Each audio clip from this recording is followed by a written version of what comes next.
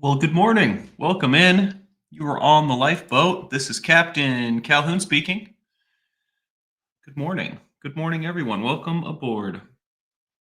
Good to see you all. Indigo's Insights. Yeah, small world. That's interesting. I never thought that I would like Illinois, but I loved it there. I have to say, not to say that I loved living at the shelter or anything like that, but I uh, I loved the people that I met. I made a lot of really good friends in Illinois. It was a great place. I really did enjoy it. The seasons were a little wild, but I had a lot of fun while I was out there. Good to see you, Sandy, Wendy, Jason P. Lots of scrolling. Trust but document. Good to see you. Welcome aboard. Hopefully, we can all get some snacks in, huh? Sandy, Wendy, good to see you. Looks like it's just us today, guys, and that's okay. Mexican Restaurant, Jane Aldrich, Debbie Blair, Flick Fox. Just kidding. I spoke too soon. Welcome aboard. Good morning. Welcome in. We are going to talk about avoiding catastrophe today. Are you headed for catastrophe? I hope not. I don't think that I am, but we're going to double check today. James Collins, good morning. Miss Sunrise Dawn, North Georgia, welcome in. Very sleepy today. Kristen Melinda, hello, hello. Good to see you. Coffee is steaming hot. I don't know if you can see the steam. I can. Very, very delicious. All right. Shout out to Robin Miners for keeping my coffee tin stocked. I really appreciate that. Okay, let's get into it, guys. Why not? Why the heck not? So, catastrophe, right? I don't know if you could tell by the car wreck, but that's a metaphor for relapse. And that's what we're going to be talking about today, right?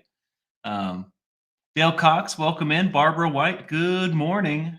Good to see you. Yeah, we're going to talk about avoiding relapse today. We're going to talk about the phases of relapse. We're going to talk about how to tell where you're at, how you're doing, a good scale to judge yourself by, right? Keep yourself accountable, responsible, and you're going to have a great time doing so. Was wondering if it had to do with relapse, says Indigo's Insights. Absolutely. You see right through me. And that's okay. It is more thought provoking and exciting to have a car wreck with some words on top of it than to just say relapse show. So, that's what we did there.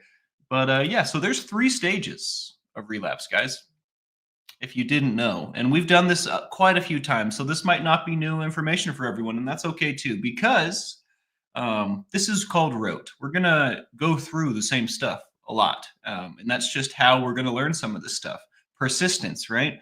Kind of like running into the same wall over and over, except it doesn't hurt. But that's how we're going to learn a lot of this recovery stuff, is just by over and over and over, right? Kind of like busting out your journal every day, right? Over and over and over. We have to practice. We have to keep doing it. So that's what this is all about. Russ Allen, what's going on? Welcome in. Good to see you. It's been a while, man. Has been a while. I feel like I saw a name I haven't seen in a while. I'm going to stop my flow for a sec and capture this thought before it leaves my head. Maybe I'm getting thoughts mixed up. Do you ever wake up and then get confused? Because I do. Sometimes I get confused in the morning. Anyways, maybe it was Miss Sunrise Dawn that I was thinking about. I haven't seen you in so long. I hope you're doing well. It's good to see you. Welcome aboard. All right, so relapse is not a single moment, folks. It is a gradual process. It can start and go on, right? You can be in the stages of relapse for a very long time before you actually use. You can head this off with immense accuracy if you just look at a few things. And what we're going to do first is, I guess, go through the stages. So the first stage is emotional relapse. You may set yourself up for future relapse in this stage. Emotional relapse is going to entail isolating yourself, right? I'm not feeling so hot. I'm not going to go out with my friends today, even though we've planned this, months in advance. Holding on to your emotions, right? Not processing your emotions properly. That's why we bust the journal out, right? That's why we come to the lifeboat and talk with our friends, so that we can unburden ourselves, right? We can't hold on to emotions. If we hold on to them, they're going to force their way out of ourselves. It's much, much nicer and easier and more comfortable to just provide an avenue for these emotions to trot on by, right? Rather than bottling them up or ignoring them, which are effectively the same thing. If you bottle up or ignore your emotions, it's a little too loud. They're going to force their way out of you, right? They're going to come out one way or another, and we might as well provide a comfortable path for that to happen, right? So if we are having intense emotions, we want to address that swiftly, lest we fall into the emotional stage of relapse. The constant under all terms and conditions is truth. We are prone to get swept off our feet with charged opinions. William PMCD.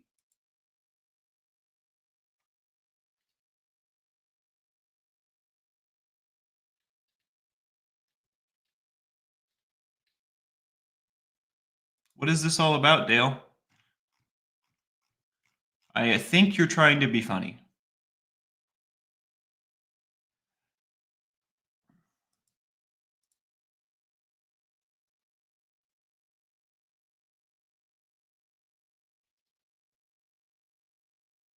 First grandbaby Tuesday. Oh my. Congratulations, Miss Sunrise Dawn. That's pretty sweet, I have to say. I have to say. Congratulations. Robin Miners, good morning. Good to see you. Getting a little thrown off this morning. Throwing myself off more like. So, we're not holding on to our emotions. We're not isolating, right? We are sharing our feelings with our friends. We're letting people know, especially if we're extra down and dumpy, we're definitely telling our friends or our family about it. And the third thing I have on this emotional relapse bullet point is taking other people's inventory. Now, this is a concept we can word a lot of different ways, but if you're unfamiliar, taking someone's inventory is judging someone else's actions, right? Rather than focusing on what I've got going on, I'm saying to myself, this person did this, or that person did that, or this person didn't do this properly. Taking someone else's inventory, right? Doing the guess and check or the quality check on other people's journey, on other people's recovery, so to speak. That's taking someone else's inventory, which is a no no. We don't want to do that, right?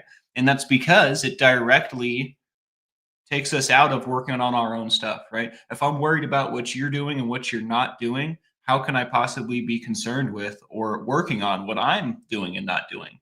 So, I mean, there's a bunch of reasons why this is bad news, and we could probably do a whole show on taking inventory ourselves and other people because we do want to take our own inventory. That's how we keep ourselves on the right path, right? I think in the 12 steps they call it a fearless moral. I'm going to screw it up too. They call it seeking fearless moral inventory or something to that effect. But the idea is that we look under every rock and every shadow and every corner inside of ourselves to find out exactly what kind of person we are. We evaluate all of our decisions that led us to this place, right? And we judge ourselves. We also open ourselves up to judgment from another as well in that step. But this isn't a 12-step channel. That's just where this concept came from, right? So we don't want to be taking other people's inventories. We want to be focusing on what we have going on, right? You know, Dale, it's funny you say this. I was having tincture in my coffee the other day. I think it was 2 days ago. And I had like a reaction, like a physical reaction. The endorphin rush was so stout that I felt a little guilty. But, at the end of the day, I'm not smoking crack. I'm not drinking. I'm not doing what I used to do. I'm just eating peppers. So I think it was okay. But it definitely threw me off. I was like, whoa, that's quite a bit of endorphin rush there, right? It does happen. It's part of the reason I guess we eat the peppers, isn't it? Sometimes we go a little overboard and we're like, hey, but I think it's all good in the neighborhood, friend. Helen Rosenthal, good morning. Just came in to hit the thumbs up. Not feeling well. My anxiety is going through the roof. I'm sorry to hear that, Helen. Have a happy Sunday. I'll share content on my way out. I hope you have a wonderful Sunday as well. And I hope that your anxiety finds a road to walk away on,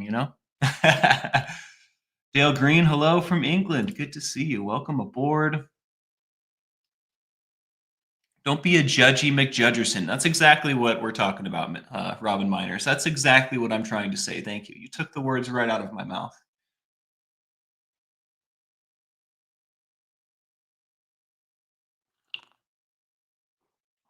William, are you do you have an agenda? It seems like I'm talking about something and you're doing your own show on another topic. Are we what's going on here? Talk to me.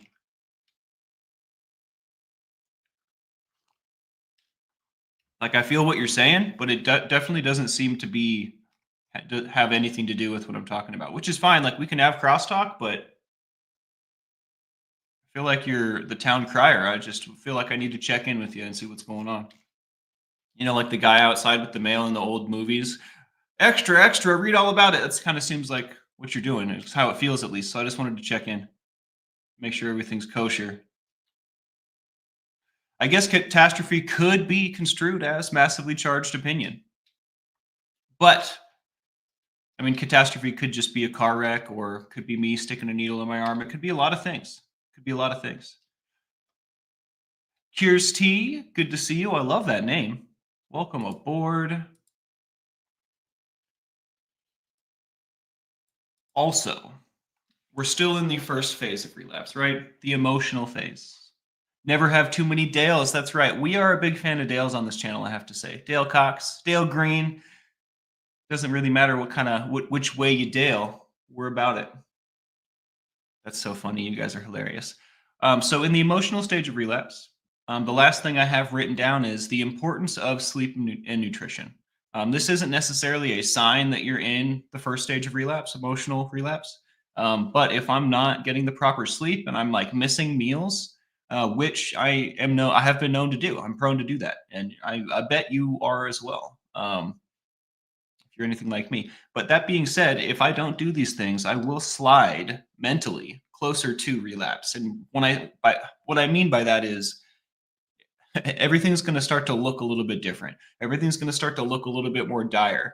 What's happening inside my body is I'm not getting what I need, right? I'm not getting hydration, as James Collins is pointing out here. I'm not getting nutrition. I'm not getting my rest, right? My recharge. So my body feels like it's slipping, it's losing what it needs to be okay. So everything is kind of feeling more dire. Everything's starting to feel a little more anxious and charged. So I want to make sure that I'm fueling up this machine that I've got here. I want to make sure that I'm doing what needs to be done to upkeep this bio machine, this body that I have, right? Otherwise, in I think that this affects me a little bit different than everyone, but I think everyone can relate with this. My mental will slip so quickly if I'm not getting the proper fuel in my tank, if I'm not getting sleep, nutrition, and hydration. I will start to go a little crazy. And it's not like I'm going to do crazy things, but my ability to handle adversity and obstacles just goes so fast. My patience, right? My ability to walk through the fire is greatly diminished if I don't fuel my tank. And I think I've talked about this a little too much already at this point, but you guys get the point, right? You got to make sure you take care of yourself. A little self love will prevent you from running into catastrophe a lot of times.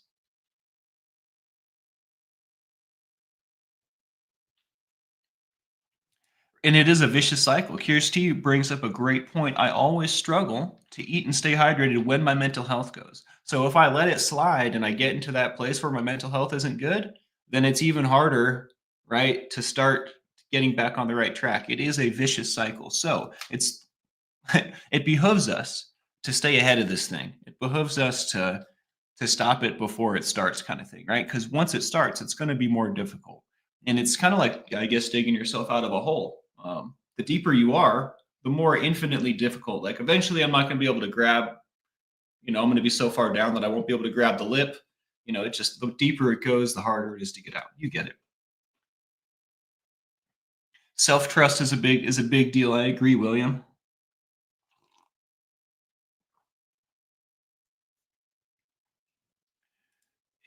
I agree wholeheartedly. Betrayal often is the start. Via relationship with truth, we can begin to regain trust in ourselves. Human capacity. Jane Aldrich says, I think I could use this discussion about once a week. Little things slip away slowly without noticing until it becomes a bigger issue. I totally agree. I think that if we did relapse prevention like on a regular basis, like the same day every week, I think that it would lose its potency because we would be expecting it in our subconscious, right? And it wouldn't shock us into action. It wouldn't shock us into realizing, like, oh, I am dropping the ball on this. So I do think I will be doing this regularly, but I don't think I'll do it on the same day or like perfectly regularly, right? We're just going to come back to this topic a lot. And I'm glad that you said this, Jane, because sometimes I worry when I'm bringing up an old topic. I think, is it really time to do this one again? It's always time to do relapse prevention, I think.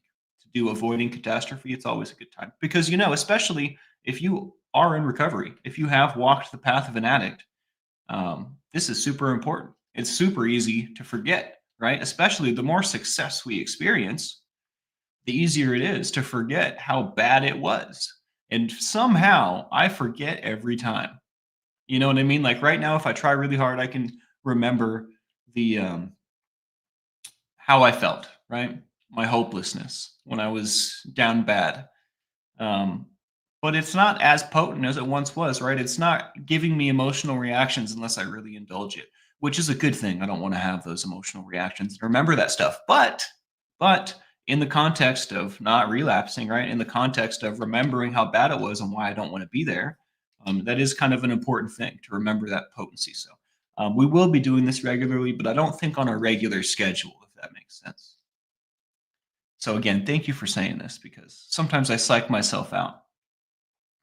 Relapse prevention patrol. That's right. We're just coming on through the neighborhood just to see what's good, making sure everyone's all right.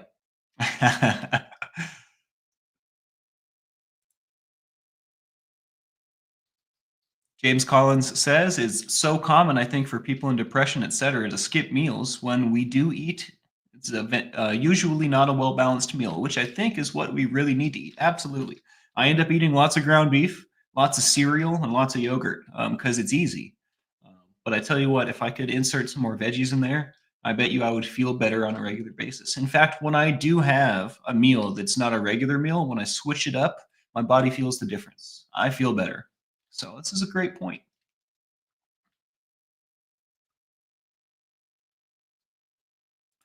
Not only can relapse happen, but it does happen. I mean, who in here has never relapsed? You know what I mean? I feel like most of us have experienced this phenomenon. I feel like most of us have experienced relapse, right? It's a part of the thing. And it doesn't necessarily have to be, right? Ideally, it's not, right? In a perfect world, we don't relapse. But that's not the world we live in.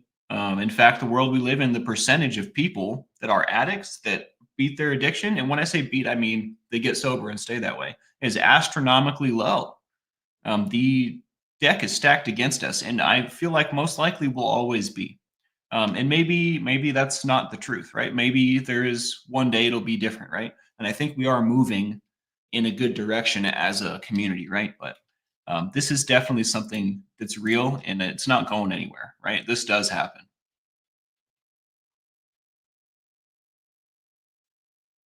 Dale Green says, I was in a really bad narcissistic, abusive relationship. I didn't know what it was till I got out of it. I'd never heard of being gaslighted or narcissistic behavior. It's crazy to get blindsided by that stuff, isn't it, Dale? Um, it kind of feels like, wait a second, what's happening right now? I don't understand.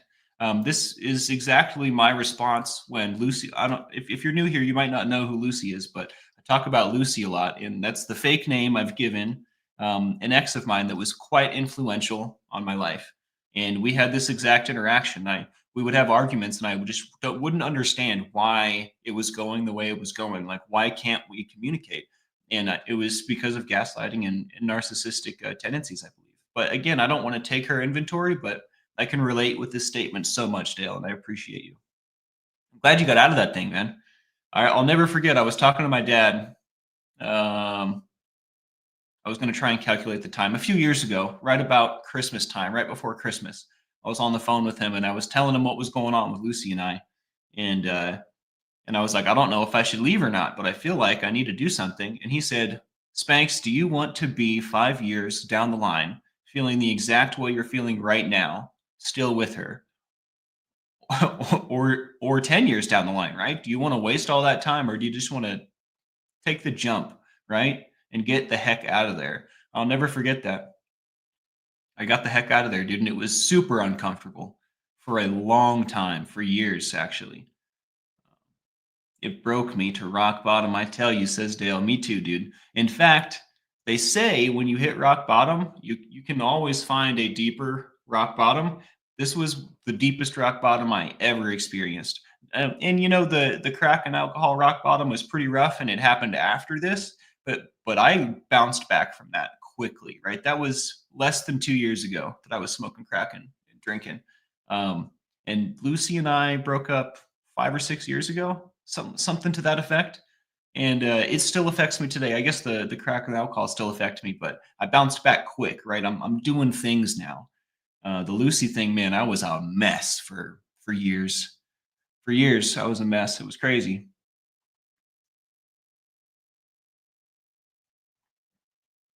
Let's try and refrain from religious stuff in the comment section. All right. Let's get Rick Spicer. What's going on? Welcome in. Back to the relapse prevention. So, we're past step one. We're past the emotional relapse phase. Now we're entering mental relapse, right? We haven't been going and seeing our friends. We haven't been being social. We've been holding on to our emotions. Maybe we're taking other people's inventory, right? We're not super concerned with what we've got going on and what the issues are. And we're also maybe not eating the proper food and sleeping right. Okay, so now we're in mental relapse, stage two. In this stage, we may consider using. We also may be having passing thoughts, past use association. If you don't know what that means, that's when I'm going through my daily life, whatever I'm doing, and something happens that puts my brain back in a place when I was using, right? So I'll be talking to my friend and they'll say something that reminds me of a time that I was using. And then like all of a sudden in my head, I'm reliving that memory. That's past use association. So in mental relapse, we've let it progress past emotional, right? Now, maybe we're considering using. We're having past use association. We're having these memories come up, right? This is a great red flag. This is a great way to tell if you're sliding a little bit. And you might be having past use association, but you're also dotting all your I's and crossing all your T's. If that's the case, I would just bust the journal out and do an extra sesh. I would just, whatever's on your mind right then, I would write it down. And it may be uncomfortable because you're having past use association. So what's on your mind is most likely some uncomfortable stuff. But that being said, it's important to get that stuff out of you, right? Back to holding on to emotions. We want to let this stuff out, right? So if we're having past use association, we're having memories pop up of back then. We want to write that stuff down. We want to tell a friend. We want to like pull up the lifeline 50-50, call a friend, do something, right? Because we don't want to allow that to happen. If I'm having past use association regularly, I'm going to use, right? It's not gonna look me in the face 100 times and me say no 100 times, right? That's just I'm not gonna beat those odds. And like I would like to say I will, but again, the odds are not in my favor, right? So let's handle this as soon as we recognize it. And that goes with all the things we talk about. Let's handle it as soon as we recognize it. All right. It's very important. Krista Melinda says, on my way into yoga class, but I'll be back for the replay. Much love and ones to all who need them. Speaking of, thank you, Kristen. I hope you have a wonderful yoga class. I'm going to be doing some yoga today, too. Let's put some ones up for anyone out there that could use a little extra love. Anyone out there that could use some thoughts and prayers or whatever non-divisive language you'd like to use. ASAP Lizzie, good to see you. I was wondering when you'd show up. 40 years without having to deal with narcotics. I'm recently out of a narcotic relationship, 3 months out. I'm still struggling. I don't get it either. He was hurtful. Narcissistic. Okay, I get it. Narc's a word. Getting befuddled in my brain, guys. I'm super glad you got out of that relationship, Lizzie. It's always crazy when we realize how much time we spent in a relationship like this post-mortem, or not after the fact, right? I'm really glad you're on the other side of that. It must feel like coming up from air after being underwater for a very long time. I have to say, that's how it felt for me. Renee B, good to see you. Crucial Flow Research, hello, hello.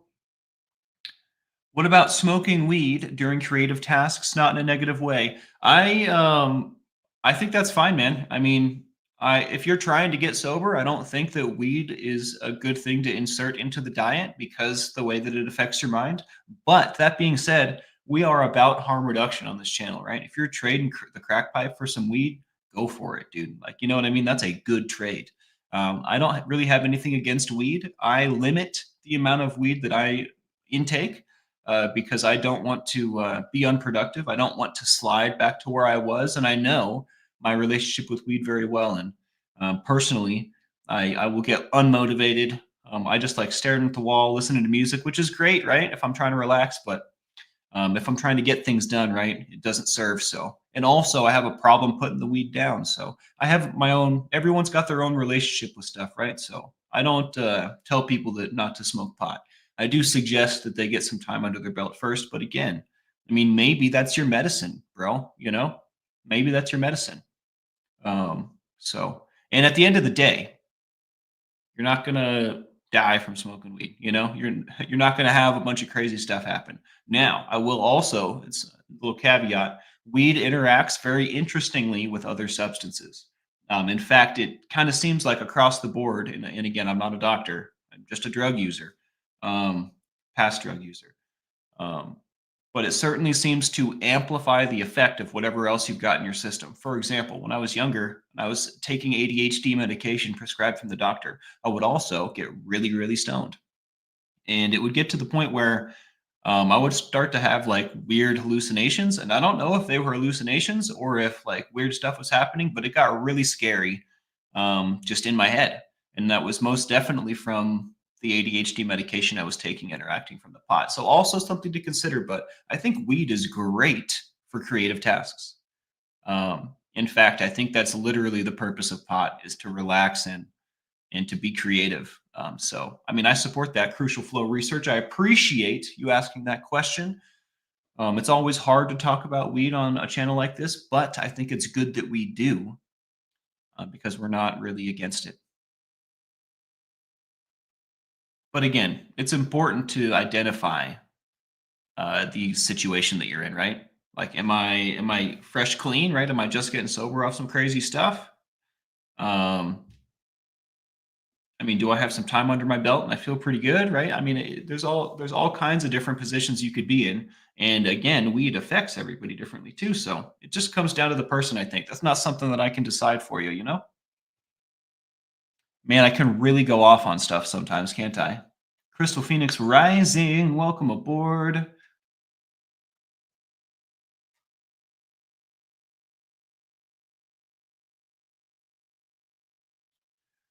And you know, hallucinogens are very, very difficult, if not impossible, to abuse. So that's also our stance on LSD and mushrooms and stuff like that. Obviously, there is danger in buying, illicit substances from people, right? From not a business, right? Which you can't get these things from a business, so you never really know what you're getting. So there is that, but we are familiar with the danger in the drug game. So I don't necessarily need to talk about that too much, but yeah, again, it's hard to abuse these things, man.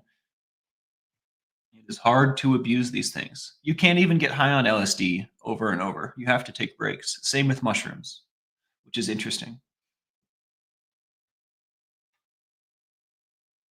Isn't it weird that ASAP Lizzie says, I hate saying this. Isn't it weird that that's how we feel? Like, I also feel like that too. Sometimes I feel like guilty for saying that weed's good sometimes for me. You know what I mean? But I think that's just the society that we're placed in. I think that's just how we've been trained to feel, which is okay, right? But recognizing that it's quite all right is a good thing. All right. Getting a little worried I won't get through all my info, but that's okay. We're having a really great episode today, guys. Thanks for joining me for this. All right, I'm gonna have a coffee break. I'm having so much fun. I'm starting to sweat.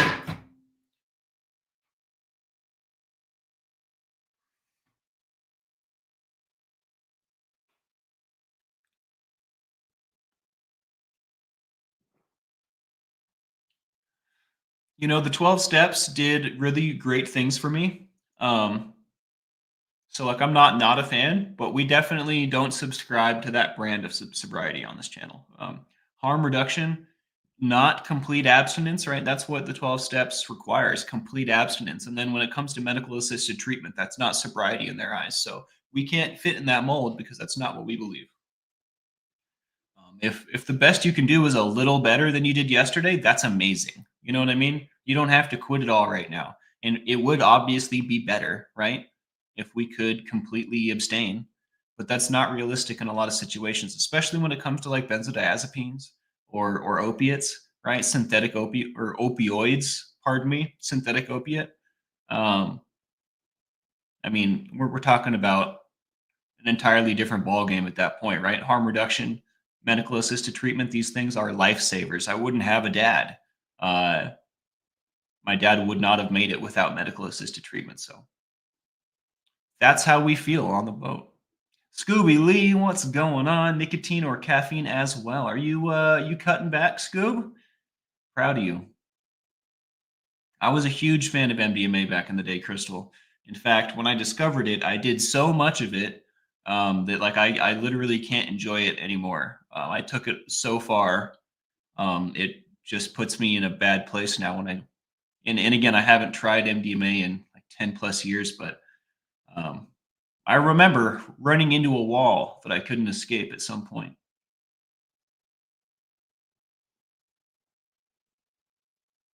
Yeah, that's an interesting take, Scooby. Nicotine and caffeine do seem to go hand in hand for me. I bet you it's the same for you. If I was to cut down, I bet you I would have to cut them both down. Otherwise, they would feed each other. MDMA is ecstasy, basically. And I don't know. Let's look up the actual chemical name, huh? Oh my lord, what a mouthful. Methylenedioxymethamphetamine. That sounds scary. Commonly known as ecstasy or Molly. Yeah, MDMA is ecstasy. Lisa Trimble, welcome in. Can you believe that there's still a rave scene? It's very, very different from 1999. I tell you that, but it's alive and well. The rave scene is thriving. Yeah, we called them rolls back, and I don't know what year back in the day is, but I think the first time I used ecstasy was in 2010, the year I graduated high school, um, and we used to call them rolls. All right. Let's get. I think we're in the middle of stage two here, past use association. So if we're not addressing these things, this past use association, these passing thoughts of using, our view, if we don't address it, our view is going to start to skew. Right? I was talking about this a little bit earlier. Brianna Miller says, "I need advice. What do I tell my friend who is fresh in recovery and is currently going through a breakup? She says that she needs a release. Do I tell her what to do or sit with her and listen?" Interesting take and perspective, Brianna. I like where your head's at. I would definitely sit and listen first. And then she may come up with her own plan of action. And if that's the case, if it's a good plan, support it, right? But if she still needs something at the end of that, you listening and sitting with her, then give her some. I would say give her advice, but share your experience, strength and hope, right? But your experience. So don't give her advice. But if it comes to that, right? If she still needs a little bit at the end of you sitting and listening, if you have a similar situation that you've experienced, share how that went. I always, when we were 12 stepping back in the day, it was always a good plan to share experience because then that person can take that and decide if it applies to their situation or not, decide if it's a good course of action for them to take. But it also will offer them an alternative perspective that they're not considering. So I would do that. I would sit and listen, as ASAP Lizzie's saying, and then maybe give her some experience, strength, and hope. Him or her. Let us know how it goes, Brianna. You've got this. You're doing good work here. I've always wanted to go to a rave in overseas. I hear that they are pretty wild. I don't know if my raving days are behind me. They mostly are probably, but if I had the opportunity to go to like the white party or the black party, I probably would. Not to be confused with Diddy's white party, by the way. It's not what we're talking about at all.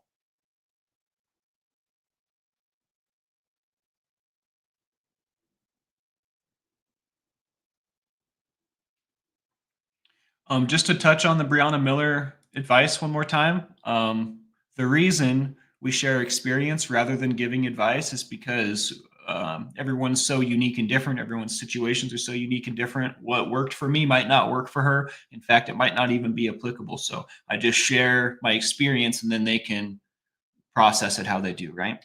I just thought it was important to share the importance of that. I hear that, Brianna. Brianna says, thank you. I will. I'm just scared for her. At the end of the day, can't, we don't have control, right? They're going to do what they're going to do. We can only support. Crystal Phoenix Rising says, mental health is not one size fits all. Ain't that the truth? I do not, Dale. I don't think that my dad's actually into the spicy stuff. I think he just does it for the spectacle. But Johnny May, haven't asked him. I actually, I think my dad feels roped into the hot stuff. I mean, he did kind of do it to himself. He did some of those things willingly back in the day, but I think now it's like the thing that never lets him go. I feel like he he probably regrets drinking a whole bottle of tincture a couple times. But yeah, I don't think that's his thing. I'll take it.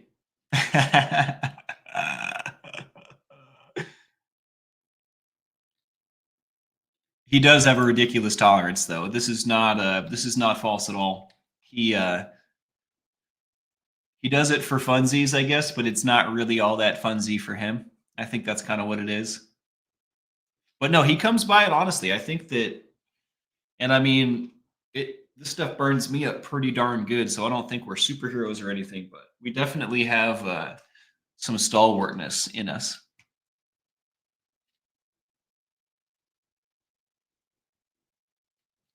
I've always wanted to DJ, Dale. Dale Green. I got to start identifying the difference in the Dales now. I always wanted to do this, but I have so many passions. This one has always fallen by the wayside, and I've never picked up some turntables, or what are they called? MIDIs. I've never messed with any of the fun toys. Well, that's not true. I did play with my buddy's setup a couple times. Enough to know that I know nothing. you know?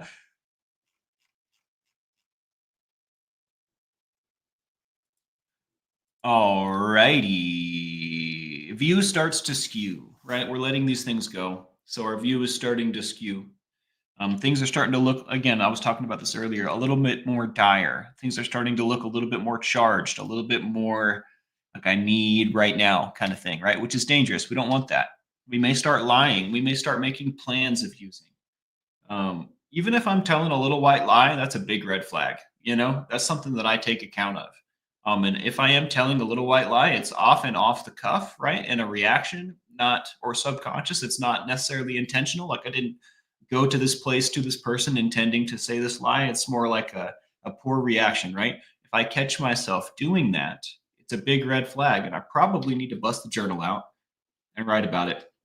Probably need to either cop to it, right? Or talk to a friend that's unrelated and tell them about the situation so that we can look at it objectively.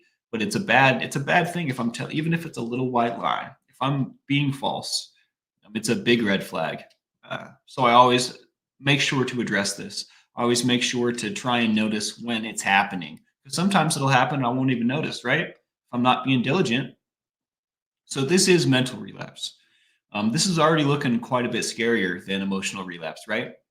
What happens after this? If we don't adjust these things, we allow our view to skew. We keep having these past use associations. We keep lying. We're making plans. Well, the third step is physical relapse. That's when we use, right? There's not a whole lot to this. We let it go on far too long. The signs were there, obviously, right? And we didn't notice them, we ignored them, whatever. But now we're using. So what now? Well, relapse is not a loss, right? It's just an opportunity for learning. There's always hope, right? We have the power. We have free will. We can make a difference. We can make the change. So don't beat yourself up. We're really good at doing that. Don't beat yourself up. Just get back on the horse. Phone a friend, get the journal out, write about it, do something, right? But you don't have to settle. This is not your fate.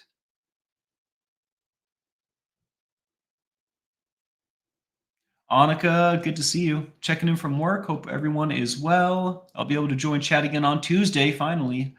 Sending all the ones in love. I appreciate that, Annika. Sending some ones right back. Ba ba ba ba ba.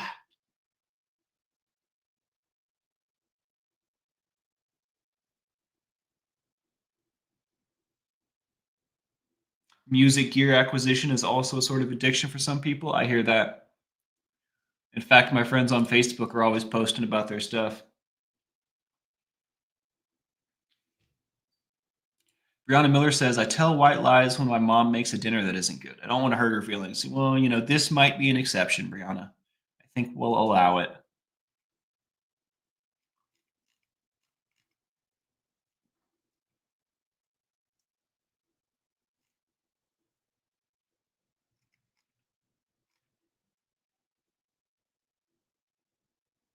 I want to go to Ibiza. Dang. That sounds fun. Dang. What else do I have here? Prevention. Hey, it's my favorite chapter here. All right, so the way that we prevent this, right, other than noticing the red flags, other than, handling business as we notice it, as it's coming up, we want to connect with our friends regularly, right? And this doesn't need to be every day, but we want to make sure that we're getting connection, that we're serving that part of our soul. We want to make sure that we're communicating, right? If I'm struggling, if something's bugging me, if I'm having past use association, there's a billion reasons why to do this, but communicate. Tell your friends, tell your mom, tell your dad, tell your family, tell your sister, your brother, your cousin, whatever. Talk about it though. Don't bottle it up. Don't keep it inside. So we're connecting, we're communicating. Your go-tos, your journal, right? Your nutrition, your exercise, your hobbies. Keep your toolkit, your spiritual toolkit close by. Don't be afraid to bust it out. That's what it's for, right? Bringing the journal out and writing it down. That's literally its purpose, right? Telling your friends. Just repeating myself. And service work, right? We want to bust out the spiritual toolkit. We want to connect. We want to communicate. The people close to us are going to notice before we do, right? So pay attention to what our friends have to say as well. It's valuable. That's why we keep them around, because they are valuable, because we love them, because they have perspective, because they know us, they love us, they see us.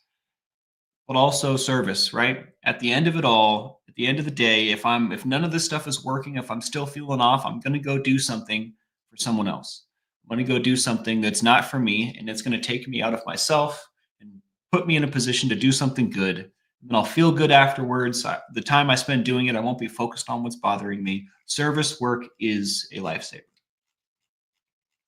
And that is how to avoid catastrophe, folks. Yeah, Dale Cox is a very famous DJ. That did not occur to me until you brought that up, Lizzie. Good eye. Get SPF 50 plus at least for Ibiza. Is it like that? That's really good to know. I don't know if you guys can tell, but I have like the fairest skin on the planet, almost. Not quite, but almost. What a great way to start my day, guys. You are the best, every single one of you. Shout out to my mods. Shout out to the crew. I love you guys. You guys are absolutely amazing. Zen Wen, good to see you. Been busy, but I get here as often as I can, getting close to 5 years sober. Wow!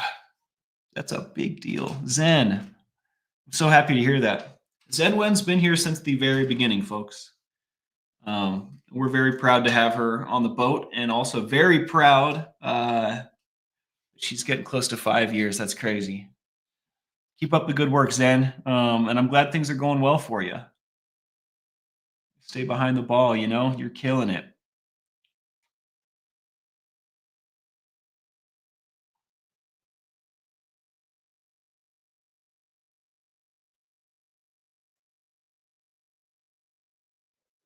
In August, hot and no rain. Okay.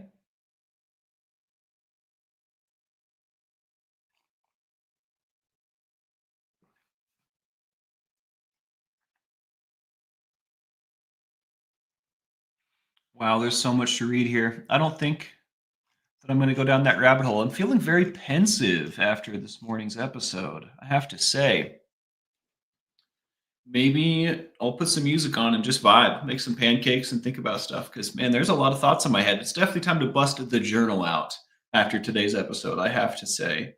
In fact, I may go do that right now. I would like you to hit that like, subscribe, and the bell for notifications if you like what we do here. It makes a big difference for us. Go ahead and do something nice for yourself today. And if you're struggling, do something nice for someone else. This has been The Lifeboat. I am Captain Calhoun. I'm going to see you later today. I think we're going to paint. I wonder if this is. I was about to sign off. We're not ready yet. I think we're going to hit this thing later today. Boop. Turned out way better than I thought, although it's way too cool. We need to put some pink up there in the top, I think. Maybe some flowers. I don't know exactly what we're going to do. I have so many ideas and I need to choose one, but we're going to come back and hit this later. And I'm thinking we'll try and do one a week, right? So I would like to complete this in the next 5 days, 6 days. So we'll see.